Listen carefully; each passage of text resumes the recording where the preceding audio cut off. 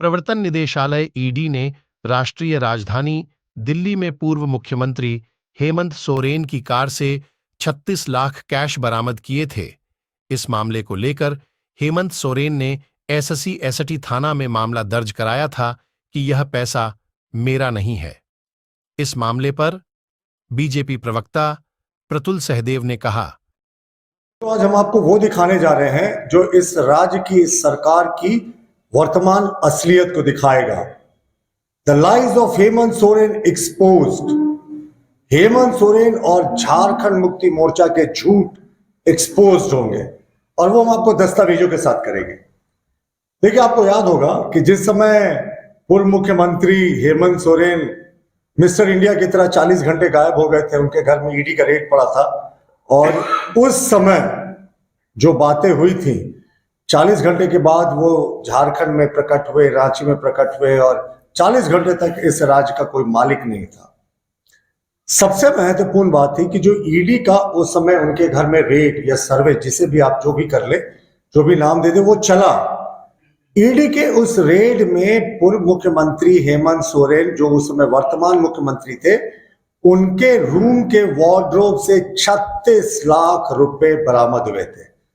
ये ईडी ने अपनी रिपोर्ट में कहा है, ये सार्वजनिक दस्तावेज है, सब जगह उपलब्ध है।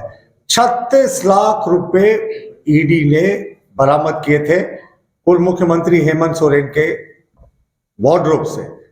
झारखंड मुक्ति मोर्चा और पूर्व मुख्यमंत्री हेमंत सोरेन ने क्या कहा था कि साहब, हमारी अनुपस्थिति में ये रेड हुआ है, इस पैसे से उनका कोई लेना देना नहीं है। ये तो ऐसा लगता है कि ईडी ने प्लान किया है, ये उन्होंने सिर्फ कहा नहीं था। अब मैं आपको पहला जो डॉक्यूमेंट दिखाता हूं, जो इनके पोल खोलने का चैप्टर नंबर 1 है। वो देखिए, इन्होंने जो फर्जी एफआईआर किया था एससी एसटी थाने में, जो फर्जी एफआईआर पूर्व मुख्यमंत्री हेमंत सोरेन जी ने किया था ईडी के अधिकारियों के खिलाफ, ये एफआईआर संख्या 0624 31 जनवरी 2024 का है। इसकी मैं 2 पंक्तियां पढ़कर आपको सुनाता हूं कि किस तरीके से यू टर्न मारा था पूर्व मुख्यमंत्री हेमंत सोरेन ने। इन्होंने जो एफआईआर किया था एससी एसटी थाने में, उसमें लिखा है, मैं पहले वर्बटिम कोट अनकोट आपको पढ़ के सुना देता हूं। I have come to know from media reports that the above mentioned persons, जो ईडी के अधिकारी थे, have leaked selective misinformation, यानी उन्होंने गलत जानकारी लीक की है, that a blue BMW car was seized from the premises and huge sums of illegal money belonging to me was found at said premises। यानी उन्होंने अपने एफआईआर में कहा कि जो इन्हें मीडिया से ज्ञात हुआ है कि इनके जो कैंपस में, इनके जो घर से 36 लाख रुपए या जो बड़ी राशि बरामद हुई है, BMW कार का जिक्र था, BMW कार के बारे में तो दुनिया जानती है, हम आज उसकी चर्चा नहीं करेंगे। वो जो अवैध पैसा था, इन्होंने कहा कि हमारे जो घर से बरामद हुआ था, I do not own any illegal cash recovered from my house।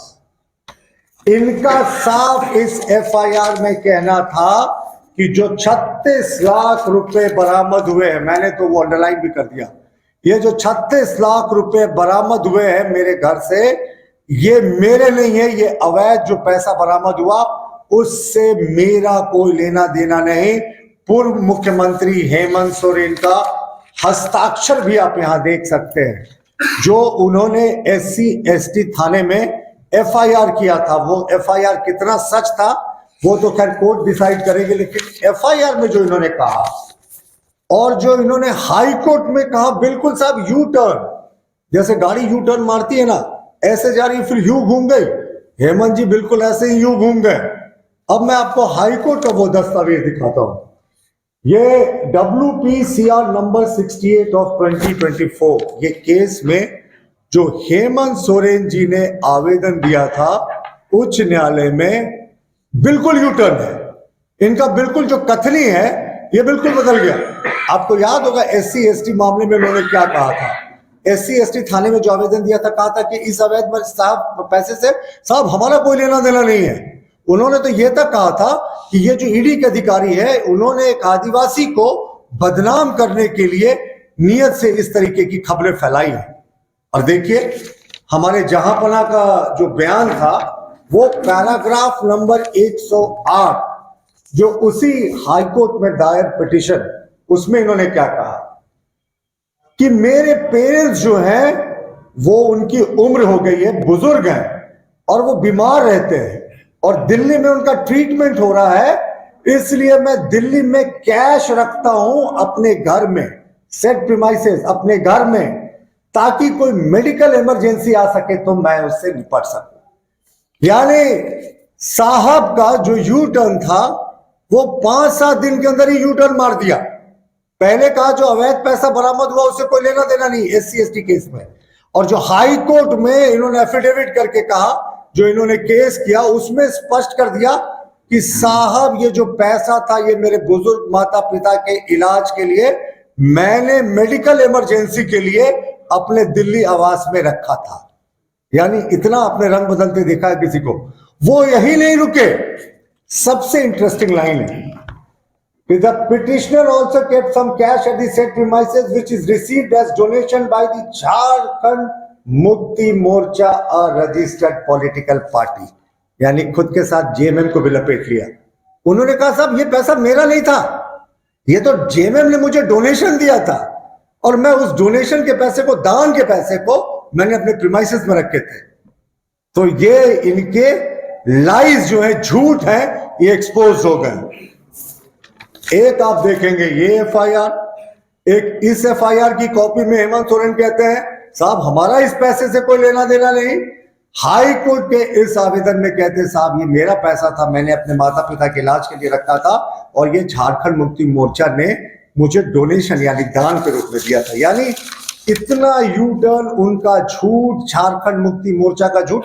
और उनके बोलने के बाद तो झारखंड मुक्ति मोर्चा के जितने नेता थे वो बिल्कुल रटे रटे। हम इनकम टैक्स से भी मांग करते हैं कि वो इस बात की जांच करें कि आखिर ये 36 लाख रुपए कैश JMM ने अपने अकाउंट से कब विड्रॉ किया, कब इनको दिया, कब इन्होंने उसका रसीद दिया।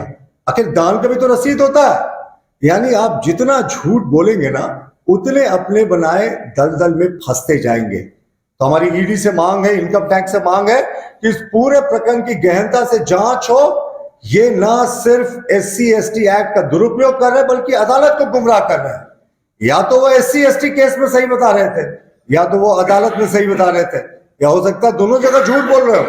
ये कोई बड़ी बात नहीं है, लेकिन पूरे तरीके से JMM एक्सपोज्ड है, पूर्व मुख्यमंत्री हेमंत सोरेन एक्सपोज्ड है। 36 लाख रुपए का कोई मालिक ही नहीं था साहब। पहले कहा हमारा पैसा नहीं, बाद में कहा हमारे JMM का दिया हुआ पैसा है। तो अब तो मैंने दस्तावेजों से सिद्ध कर दिया पूर्व मुख्यमंत्री हेमंत सोरेन के झूठ एक्सपोज्ड है लोगों के सामने, और अदालत में इसी बुनियाद पे गए हैं। SC/ST का केस भी इसी बुनियाद पे किया है। तो ये फर्जी वाला नहीं तो क्या है, इस पूरे मामले में EDI और इनकम टैक्स को जांच करनी चाहिए, खास करके उस ट्रांजैक्शन के बारे में जो 36 लाख रुपए इनको कब कैश निकाल कर दिया गया। जी धन्यवाद।